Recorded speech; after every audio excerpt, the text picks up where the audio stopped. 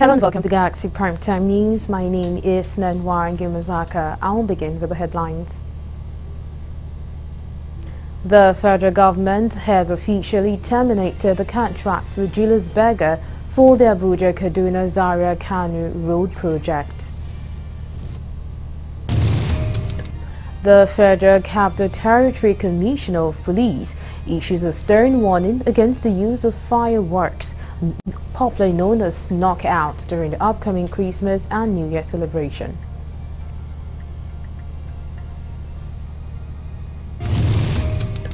On foreign scene, 3 killed, dozens injured by a bomb at a Thai festival. Details of these more will come to you shortly. Do stay with us.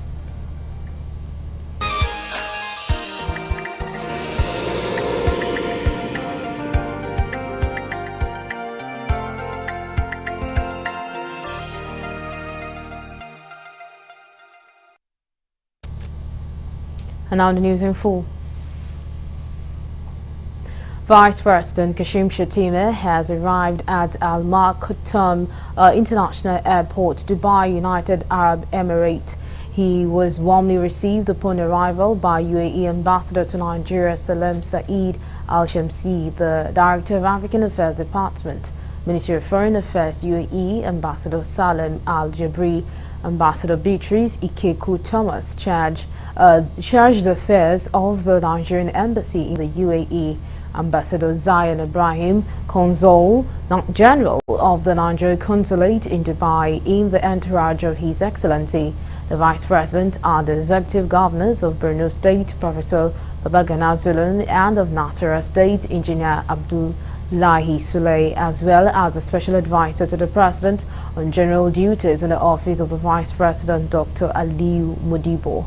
Vice President Shettima is in Dubai on behalf of President Bola Ahmed Tinubu to commission the rental energy state-of-the-art $350 million floating production storage and offloading vessel.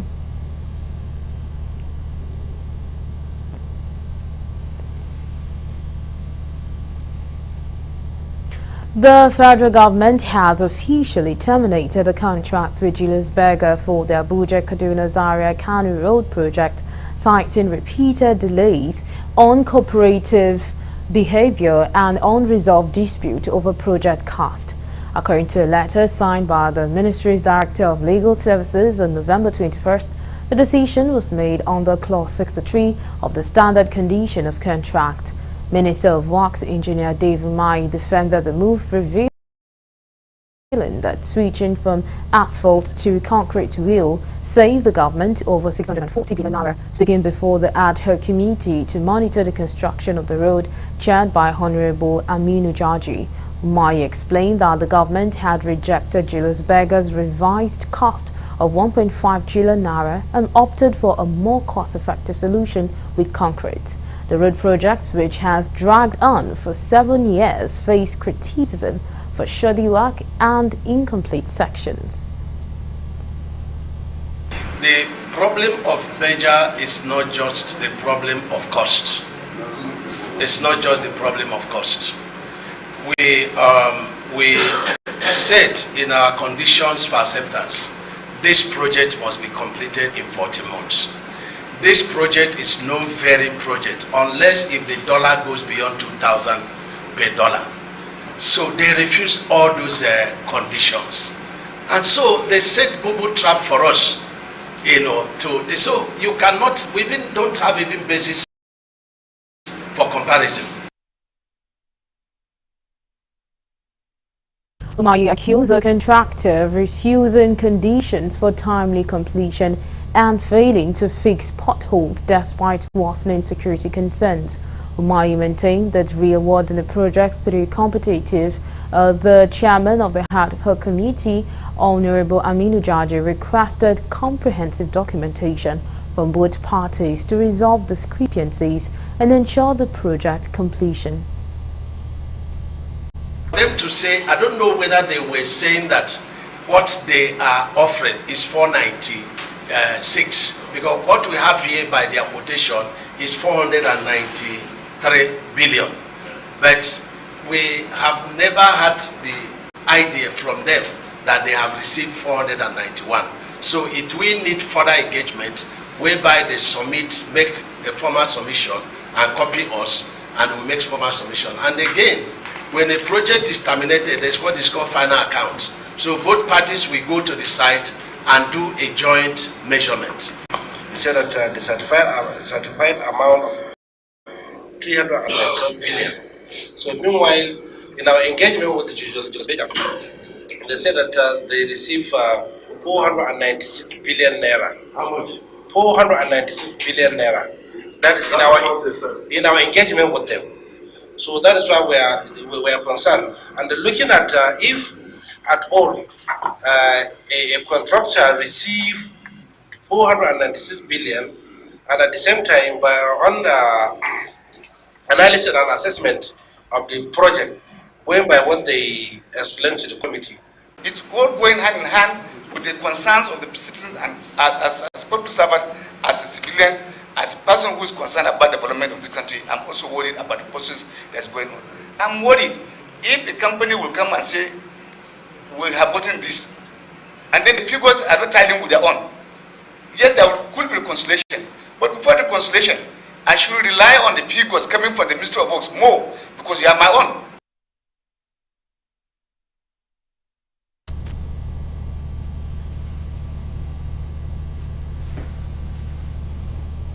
The Speaker of the House of Representatives, Abbas Tajuddin, has emphasized the critical role of the media in safeguarding democracy, describing it as a vital pillar of democratic governance.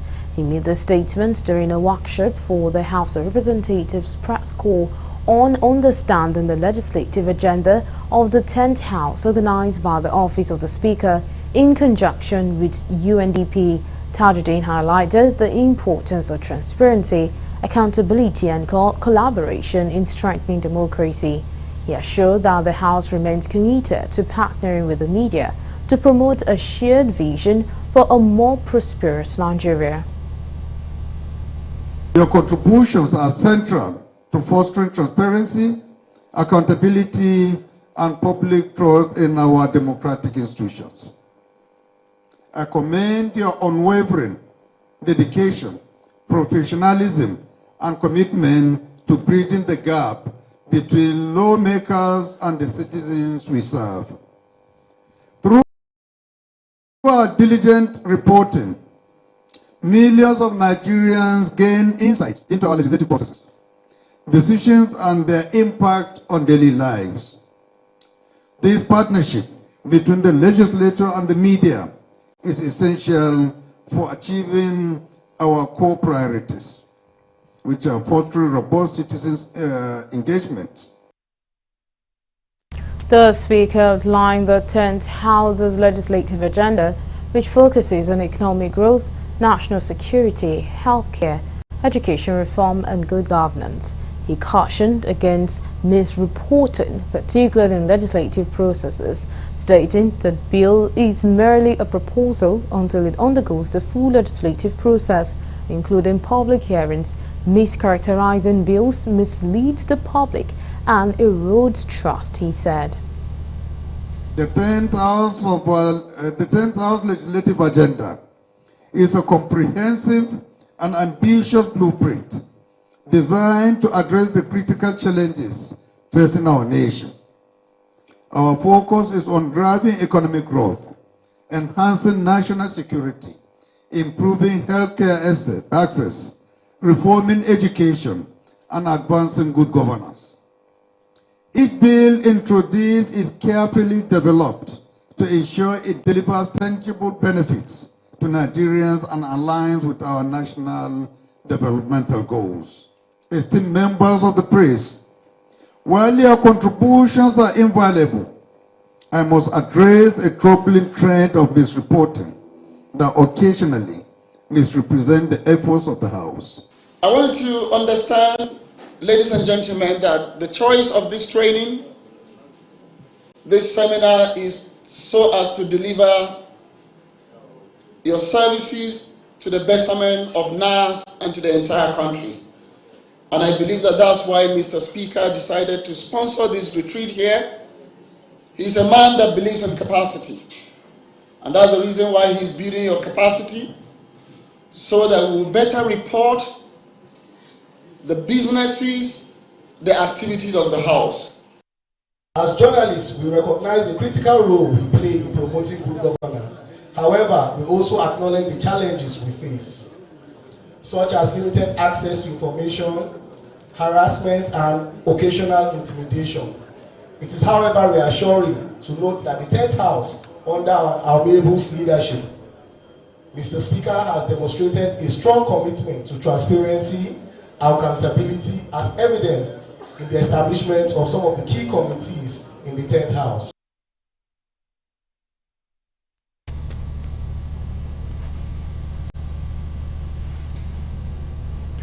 The Independent National Electoral Commission has denounced the news about the purported death of its chairman, Professor Mahmood Yakubu.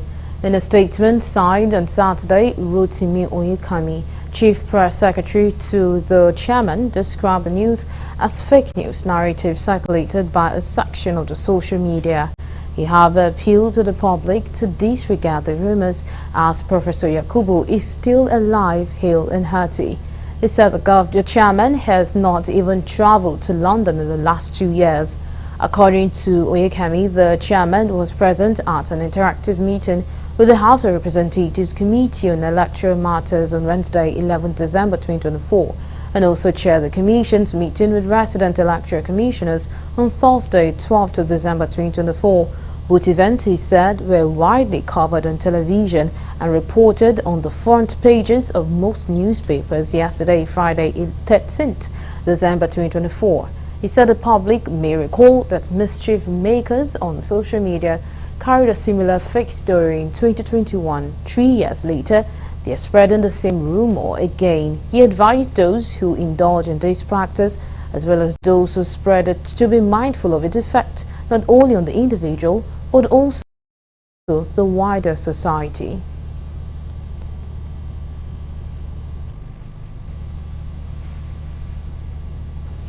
The Nigerian Defense Academy hosted a vibrant and spiritually uplifting end-of-year Christmas carol at its permanent site in Afaka, Kaduna State. The event featured various inspiring musical activities and performances that brought together staff, dignitaries and guests. The General Officer commanding 1 Division, Nigerian Army, Major General Mayoreso Saraso, was ably represented, who was the special guest of honor, implored Nigerians to imbibe the spirit of love and care to their neighbors. In his address, the Commandant Nigerian Defense Academy, Major General John Ochai, says the event was a deliberate attempt to bring together cadets, staff and guests together in an informal way as a way of appreciation of their work and service to the academic community. Christmas is all about love, giving, appreciation, showing care. So my message first to the academic environment, for whom I'm here this evening, is for us to exhibit these traits of love, of care, of showing appreciation of everything that is good to humanity, so that we can imbibe and sustain these tenets in the lives of first the cadets here in the academy who are undergoing training, for them to learn. The significance of this event is that we are gradually coming to the end of the year. By next week, cadets will be going for Christmas holiday. So this particular event brings together all stakeholders in their training in a very informal way, in a social way, to appreciate all the efforts that have been put into their training and to put them on holiday mood when they get back home.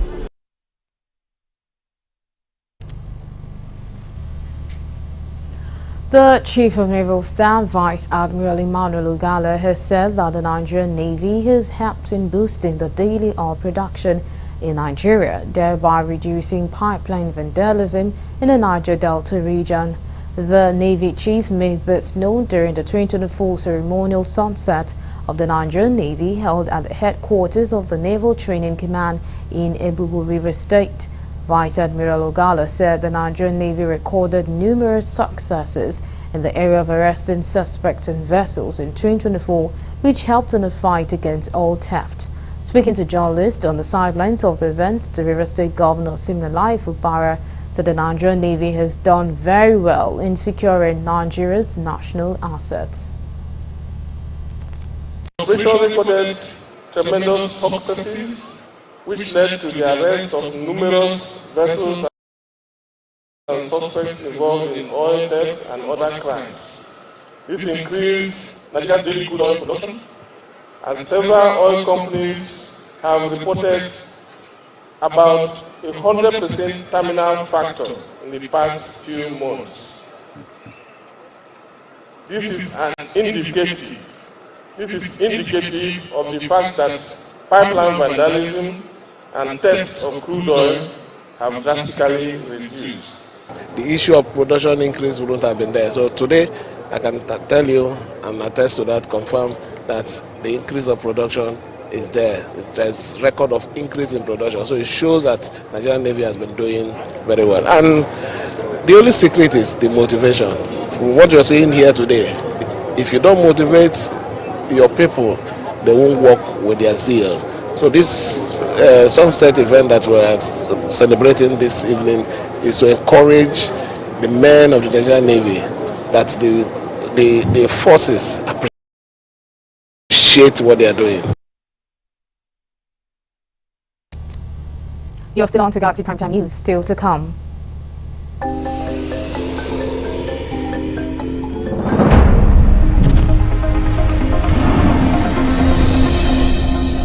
The Federal Counter-Terrorism Commissioner of Police issues warning against the use of firecrackers, also known as knockout, during the upcoming Christmas and New Year celebrations.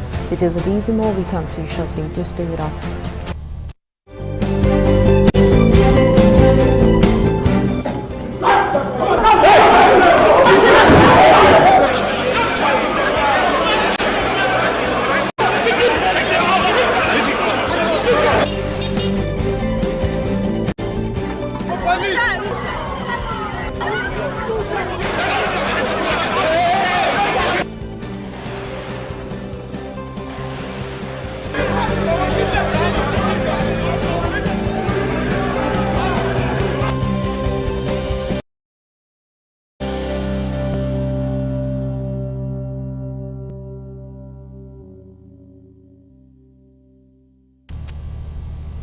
We're glad to have you back. Now, for more updates and latest news, please visit our website www.galaxytvonline.com.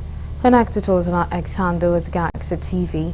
Subscribe to our YouTube channel, youtube.com/GalaxyTVNews. You can follow and interact with us on our Facebook page, facebook.com/GalaxyTV. Remember to follow and tag us on Instagram page at Galaxy TV. Our social media platforms are user-friendly and can always accommodate a live update and comment, as you can easily scan our IG QR code.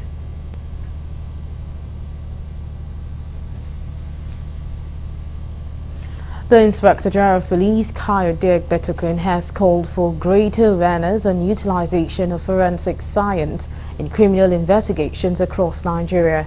Egbetokun made the appeal during the 10th National Seminar and induction of Pioneer Fellows, an event organized by Forensic Guards Nigeria in collaboration with Forensic Ambassadors Africa and the Forensic Ambassadors Academy in Abuja on Saturday.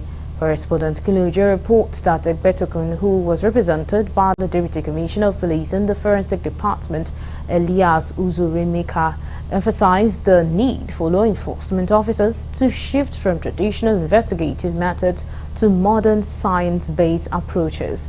According to him, while forensic science might have been introduced briefly in the training, its application remains limited in practice, stressing that officers often resort to traditional methods such as suspect interrogation and, in some cases, outdated and illegal practices like torture.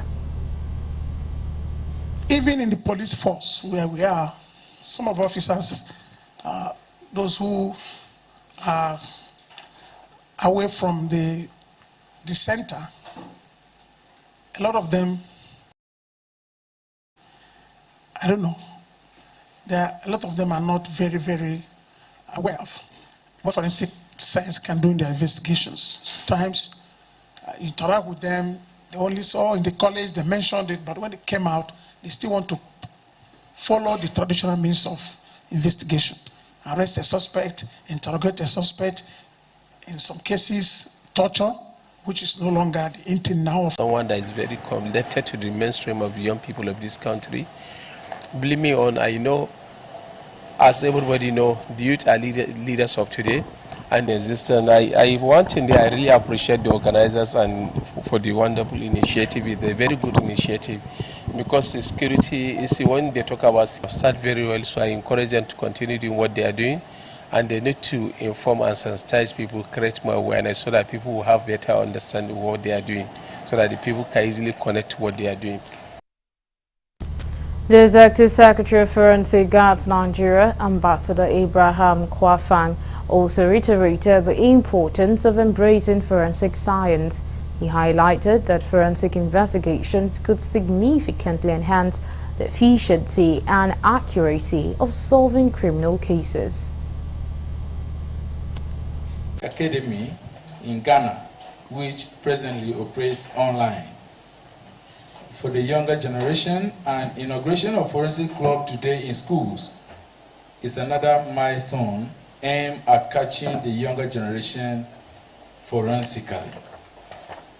It may interest you to know that Forensic Guards Nigeria is registered with Corporate Affairs Commission of Nigeria and has completed registration with Benin Republic, Togo, Ghana, Ivory Coast respectively, with the following objectives: promotion of forensic services in public and private sector, encourage the production and distribution of forensic equipment in Africa, seek partnership among forensic specialists to improve national and continental economy, search, discover, train, and empower forensic experts across Africa.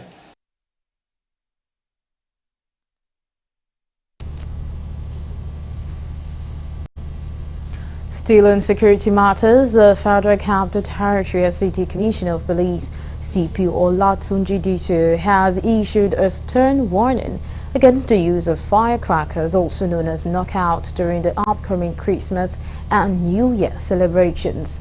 In a statement issued by the PRO FCT Command Josephine Ade on Saturday, CP Disu explained that the ban was put in place to ensure the safety of residents and to protect lives and property throughout the festive season.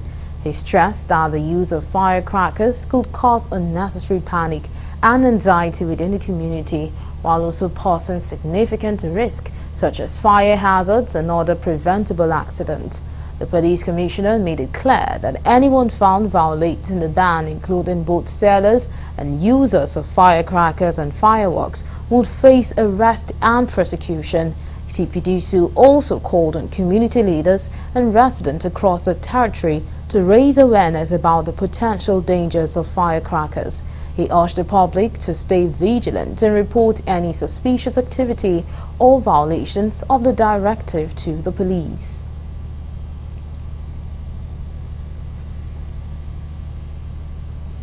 A devastating fire engulfed the parish of the Christ Apostolic Church in Ibadan, Oyo State, on Friday night, reportedly trapping several worshippers inside. The incident occurred at about 9:30 p.m. at Wisdom Estate Road, IG Olonda Road in the Lagelu local government area. Sources confirmed to journalists on Saturday morning. Eyewitness account revealed that the church was hosting a Friday vigil when the fire broke out. A source recounted the incident happened in the night around 9:30 p.m. While preparing for the Friday vigil, some worshippers had already slept off to have some rest before the start vigil when the incident happened. A church member who requested anonymity said people were still inside the church during the fire.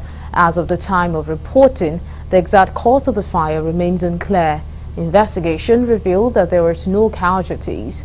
Confirming the incident, the General Manager of Oyo State Fire Service, Akinyemi Akinka, said the event would get based on information from one Kunle Junaid.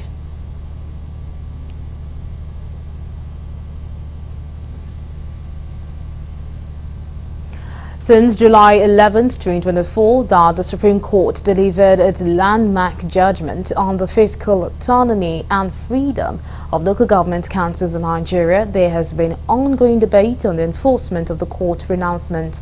Correspondent Kulujo in this report examines issues surrounding the implementation of the judgment and its implications on the policy. The report. For the past 2 decades, funds allocated to states of the Federation and local governments from the Federation account are deposited into a joint account intended for both levels of government. According to Section 162 of the Constitution of the Federal Republic of Nigeria, 1999 Constitution, each local government is supposed to receive its rightful share from this account. However, many state governors have deviated from this system by either withholding this fund entirely or disbursing only a portion. This practice has caused significant hardship for citizens who are deprived of these benefits and services that democracy at the grassroots level should provide.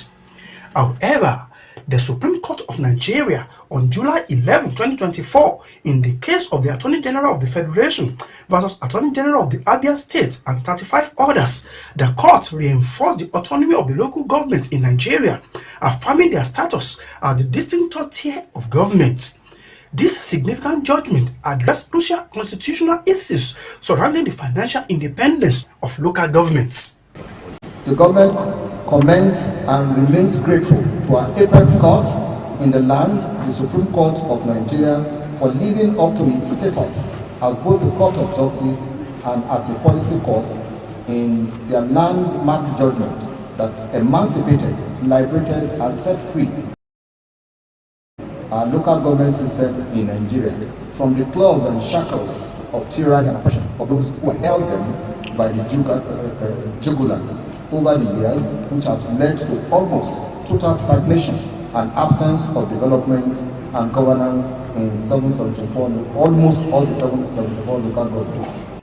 Right from the time that the Apex Court made public its decision on this matter, mixed feelings and reactions have been trailing the implementation of the judgment, which majority of Nigerians believed will restore democracy to the grassroots. Not only that, aside from rushing to conduct local government council elections, it has been revealed that some state governors had come up with legislations to circumvent the judgment of the Supreme Court.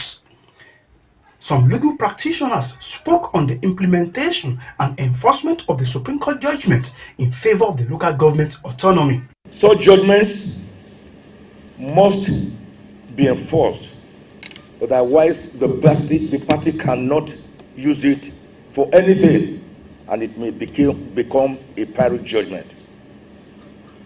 There's no doubt that the age-long law is that a judgment of a court subsists, but it is set aside on appeal by a higher court. And that means it must be obeyed. So parties or government agencies cannot choose and pick, or pick and choose which judgment to obey and which not to obey.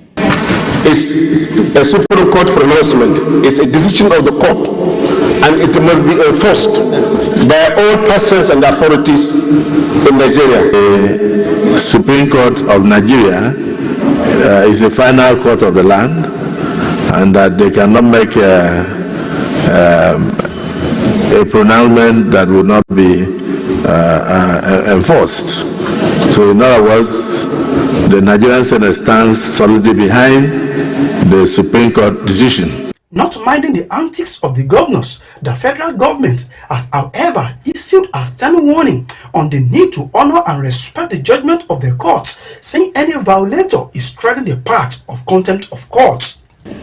My simple comment is that the states concerned are advised not to tread within the precincts of contempt of court, and that my colleagues and the subnationals should not also invite what I will call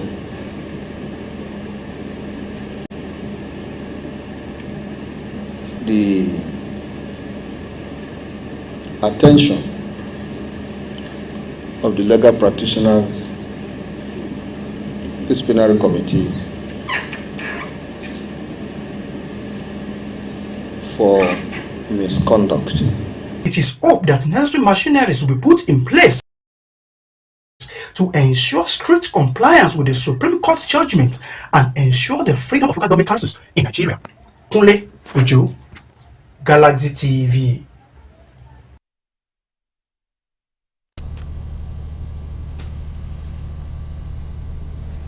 Youth restiveness and other formal vices will soon be a thing of the past as the Edo State government, through private partnership, has trained youth on the need to engage in creative help for self-reliance. The youth drawn from the 18 local government areas of the state participated in the training in Benin City, the Edo State capital. Fielding questions from newsmen, the resource person and coordinator said the motive is to make the youth a creative hub. What we are doing today is to put skill in the hands of the creatives to create a network of creatives and to create an ecosystem of creatives where we are all growing together, where we are all learning together, and where we are all now begin to connect and do businesses together. Because I believe that we all need it. Some participants who were present spoke on the benefit of the creative hub to the youth in Edo State. So far, it has been a real wonderful event. We have had to meet a lot of people, connections, had to build knowledge. There are a lot of things coming on board, and it's opening my horizons to possibilities and understanding where we can fit in the next year. 2024 wouldn't have gone any better. It was good, and it has set a foundation for a marvelous 2025. Like I said. Every objective of the event has been meant beyond the comprehension that was dished out on social media. Reflect and recharge.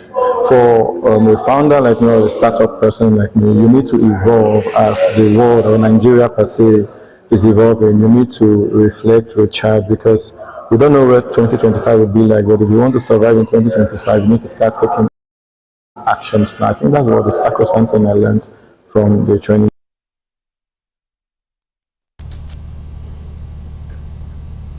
The Small and Medium Enterprise Development Agency of Nigeria, SMEDAN, has launched its first compressed natural gas CNG conversion and training center at the Industrial Development Center IDC in Idu, Abuja. The initiative is aimed at promoting cleaner energy and reducing business costs for small and medium enterprises, SMEs. Speaking during the launch, Director General SMEDAN Charles Odi explained that the center, a collaboration between SMEDAN Rolling Energy Limited and the Presidential CNG Initiative, is part of the SMEDAN's commitment to converting at least 10% of the 1 million CNG vehicles mandated by President Bola Ahmed Tinubu to hit Nigerian roads by 2027. With a capacity to convert 9 vehicles daily, he said the center is also designed to train young Nigerians in CNG conversion, maintenance and repair, creating new entrepreneurial opportunities in the growing green energy sector. As many businesses are actually going through a lot trying to keep the lights on, but we understand that A is expensive. It's about 950 naira. Diesel is about 1,300 naira. For CNG is about 400 naira. So it's actually cheaper to run businesses on CNG. And that's what we're doing. The first thing we're doing is we're reducing the cost of doing business in Nigeria. The second most important thing is we're creating new entrepreneurs. We have gas in abundance. So we're creating a new value chain of those who are going to be supplying the gas, those who are going to be in charge of metering, those who are going to be in charge of conversion, those who are going to be in charge of training.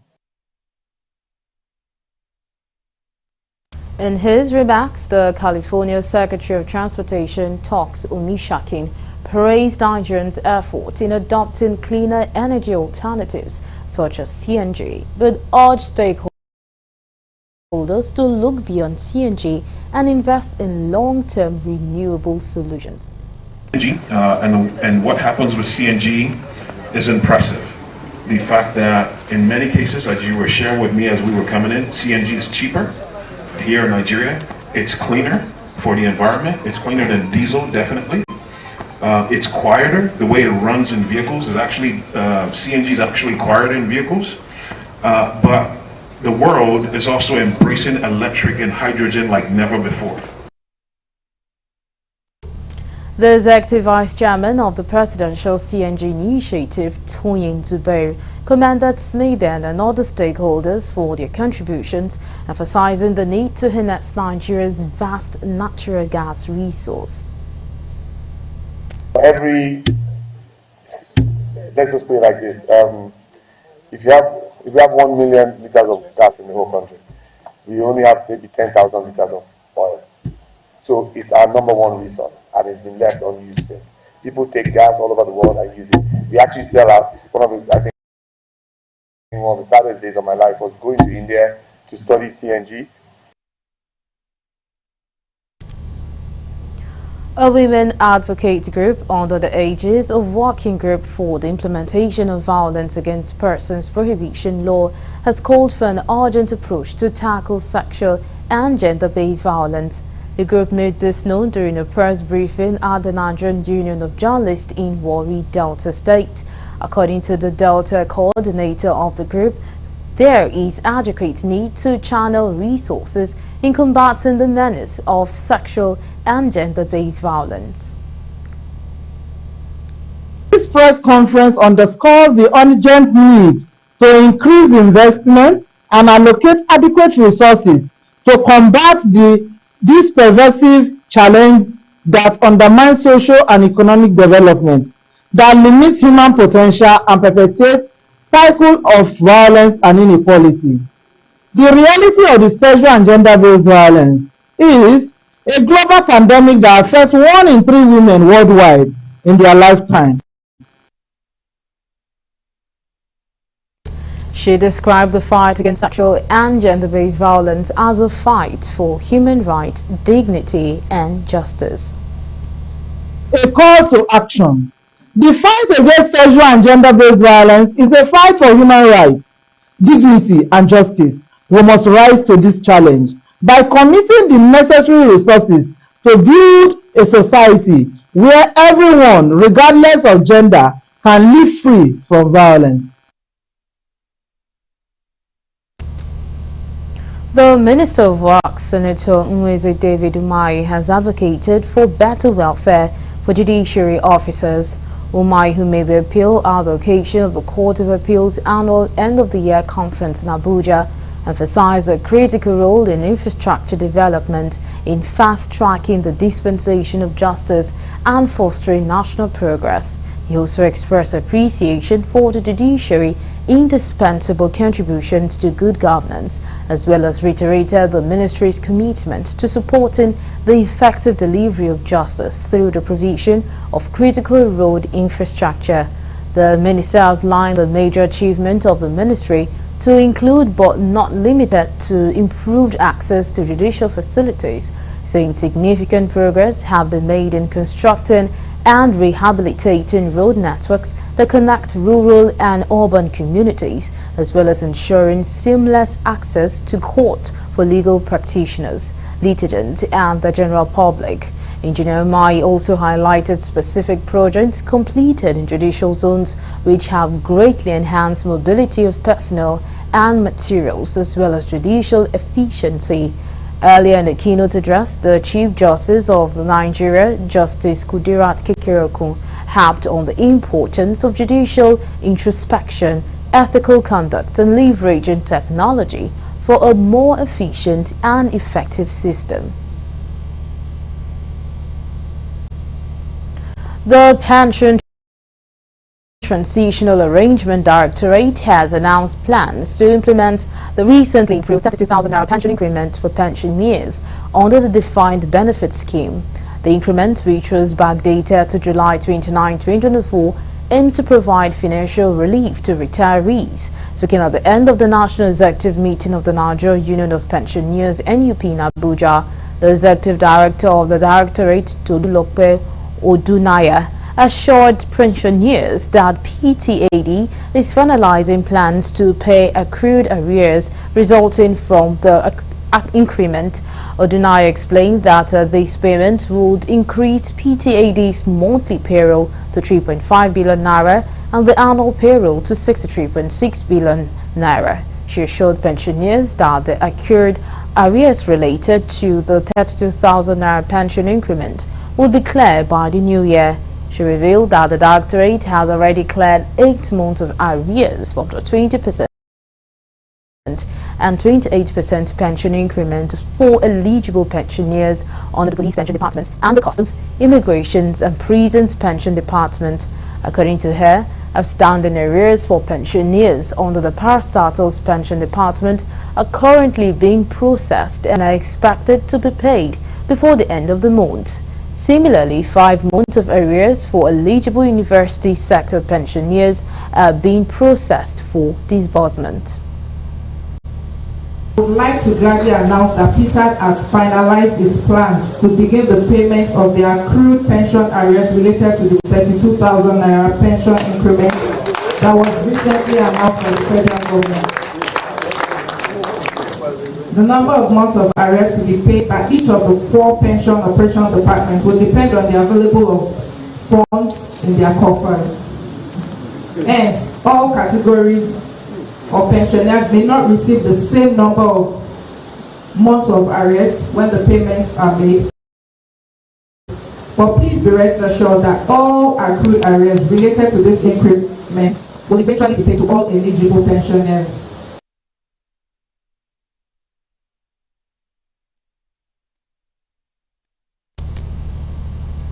In order to increase revenue of the government, the Ogun State Internal Revenue Service has embarked on a wide enforcement drive to recover all outstanding tax liabilities on personal income tax, withholding tax, consumption tax, among others. The enforcement team also clamped down on defaulters during visit to some establishments across the state. Speaking with newsmen on the ongoing enforcement agent exercise, the Director of Tax Audit and Investigation said the exercise was to remind taxpayers and tax agents on their obligation to the government with their tax payment. He noted that the goal of the enforcement exercise was to ensure that all outstanding debts are brought into the coffers of the government. Our goal is to ensure that all the debts, outstanding debts, are brought in. Government needs money as we are now to do a lot of things. So our job is to ensure that wherever the money is, we go there to get the money for the government. Before we set out, we already have the list of all the defaulters. We have already reached out to them, and then some, when we meet with them, they promise to come and pay. Some pay immediately. In fact, some have paid. It's just that we didn't see their payment back end, so they are able to show the evidence of their payment.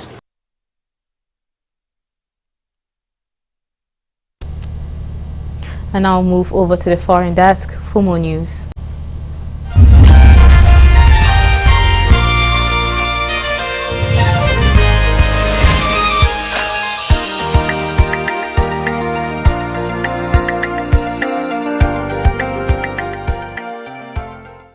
Hello and welcome to the foreign news. At least 3 people have been killed and dozens more wounded after an explosive was thrown into a crowd at a festival in Thailand. 2 suspects have been held in custody, but no charges have been pressed by Thai police. At least 48 people have been wounded, 6 of whom are critically injured, police said. People were alerted to the incident at 23:30 local time on Friday. In a statement, the Umfong rescue team said the explosive was thrown and landed at the foot of an outdoor stage where festival goers were dancing. Some of the wounded were taken to a nearby hospital, it added. Several reports suggest the blast was caused by an improvised explosive device (IED). Images taken in the aftermath, shared by the rescue team, showed debris strewn on the ground in an area of the festival strung with light. According to the Bangkok Post, between 8,000 and 9,000 people attended the week-long festival this year, and the attack took place on the penultimate night of the event.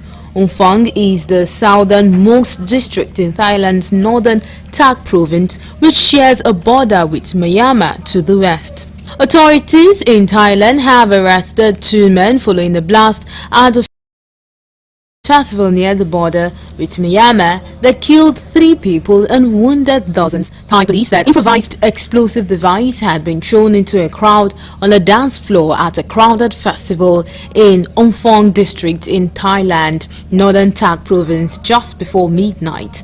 The explosion killed 2 people instantly, with another dying later in the hospital, and 48 left injured among the approximately 8,000 to 9,000 people attending the event. Police said a Thai youth and a man belonging to the Karen National Union, a rebel group fighting for autonomy in neighboring Myanmar Karen state, had been arrested. Tak Police Chief Major General Samrit Kamal said the Myanmar suspect had thrown the bomb after encountering a rival gangster he had previously fought with. But a senior KNU official contacted by the newsman, who preferred to remain anonymous because he was not authorized to speak to media, denied any involvement and said the group did not have any members in the area. Greek authorities have recovered the body of a man and rescued 39 migrants from the sea after their boats capsized off the southern island of Gavdos in the Mediterranean, the Coast Guard said. Many are still missing, according to witnesses, and the Coast Guard has launched a search operation on Saturday, assisted by vessels and aircraft. An Italian frigate and helicopters were operating at the site, with more ships heading to the area.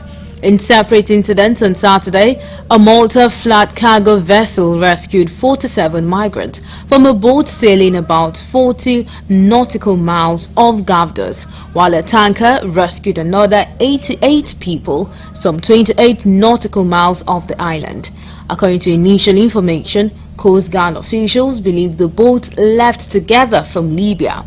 Greece received nearly 1 million migrants from the Middle East, Africa and Asia in 2015 to 2016, most of whom took the dangerous route of crossing the sea on inflatable dinghies. Similar shipwrecks of Crete and Gavdos, which are relatively isolated in the central Mediterranean, have increased over the past year. Still on foreign news, fighting has erupted in the Jenin refugee camp between Palestinian security forces and the Jenin brigades, leaving the commander from the occupied West Bank armed group dead and several other people injured. The fighting at dawn came 5 days after Palestinian Authority forces surrounded the camp and is, according to PA spokesperson Brigadier General Anwar Rajab, the penultimate stage of Operation Protect the Homeland. Rajab said Operation Protect the Homeland was launched to eradicate sedition and chaos in the West Bank. Rajab neither confirmed nor denied the death of a Jenin Brigade's commander. However, sources confirmed that Commander Yazid Ja'ayas had been killed, according to the Alliance of Armed Palestinian Groups. The Popular Resistance Committee's PA forces reportedly prevented residents from bidding farewell to Ja'ayas, which claims that his body was being withheld. The Popular Resistance Committee condemned Ja'ayas' killing as a serious violation of all national norms and traditions that is in line with the Zionist agenda that aims to eliminate the resistance in the West Bank. South Korea's parliament has voted to impeach the president Yoon Suk-yeol almost 2 weeks after his short-lived declaration of martial law plunged the country into its worst political crisis for decades. In dramatic scenes at the National Assembly in Seoul, 204 lawmakers voted for an opposition motion to impeach Yoon, while an estimated 200,000 protesters outside demanded he be thrown out of office. Saturday was the second opportunity in a week the Assembly's lawmakers had to begin the process of ousting Yoon, whose approval rating has plummeted to 11%. To succeed, the opposition parties which together control 192 seats, needed at least 8 members of Yon's People Power Party to vote in favor to reach the required two-thirds majority of 200 in the 300-seat chamber. In the end, 12 PPP members were willing to throw their support behind impeachment. Yon, who was immediately suspended, called on South Koreans to support the acting president, Han Duck-soo, but vowed to continue fighting for his political future as the impeachment process enters its next stage. Finally, on foreign news, a former Manchester City footballer has been appointed president by Georgia's disputed parliament after 17 days of pro-EU protest that have swept the country's town and cities. Mikhail Kavelavshi, now 53, is a former MP from the increasingly authoritarian ruling Georgian Dream Party and was the only candidate for the job. On Saturday, 224 out of 225 members of Georgia's Electoral College voted for him. The 4 main opposition groups have rejected him and have boycotted parliament, insisting that the elections held in October were rigged. Large crowds of protesters facing freezing temperatures gathered outside parliament from the early hours of Saturday morning ahead of the vote. Georgia's outgoing pro-Western president Salome Zourabichvili has condemned the election as a travesty, insisting she holds Georgia's only remaining legitimate institution. Prime Minister Irakli Kobakizde has accused Zourabichvili of trying to harm Georgia's interests, emphasizing that when her term of office ends on 29 December, she will have to retire. And that's all we have on the foreign news.